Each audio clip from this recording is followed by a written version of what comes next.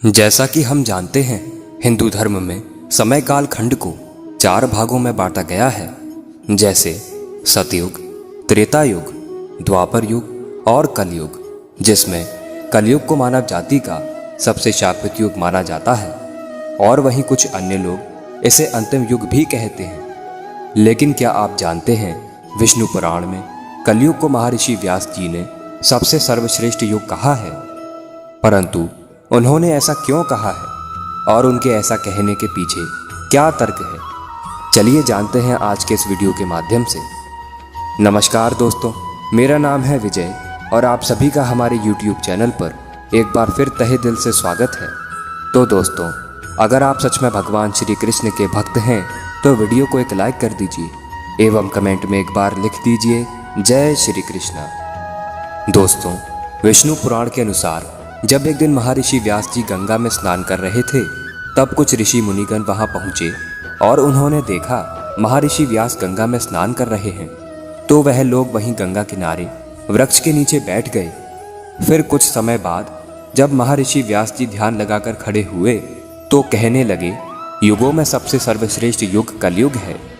यह कहकर महर्षि व्यास फिर से ध्यान में लग गए। युगों में सबसे श्रेष्ठ युग कलयुग सुनकर वहां पेड़ के नीचे बैठे ऋषिगण आश्चर्यचकित हो गए और वह कहने लगे, व्यास जी ऐसा क्यों कह रहे हैं? क्योंकि उन्होंने सुना था कि युगों में कलयुग सबसे श्रापित युग है। फिर जब महर्षि व्यास स्नान कर कर बाहर निकले तो ऋषि मुनि व्यास जी से पूछने लगे कि आपने कहा कलयुग सबसे श्रेष्ठ युग है, इसका क्या अर्थ है? क्योंकि आप जैसे महर्षि कुछ भी यूं ही नहीं कह सकते। हम इस विषय को समझना चाहते हैं। मुनियों के इस प्रकार पूछने पर महर्षि व्यास जी ने हंसते हुए जवाब दिया और कहा, हे ऋषि मुनि, जो फल सतयुग में 10 वर्ष तपस्या, ब्रह्मचारी और जप आदि करने से मिलता है, उसे मनुष्य त्रेता युग में 1 वर्ष में, द्वापर युग में 1 मास में और कलयुग में केवल 1 दिन और रात में प्राप्त कर लेता है। इसी कारण मैंने कलयुग को सबसे श्रेष्ठ युग कहा है।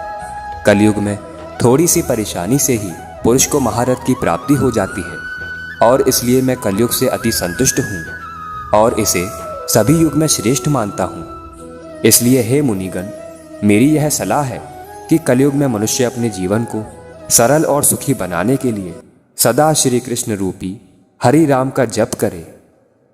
आशा करता हूँ आप इस वीडियो के माध्यम से समझ गए होंगे कि किस प्रकार कलयुग सबसे श्रेष्ठ युग माना गया है। अगर वीडियो अच्छी लगी हो तो वीडियो को एक लाइक कर दीजिए एवं कमेंट में एक बार लिख दीजिए जय श्री कृष्ण।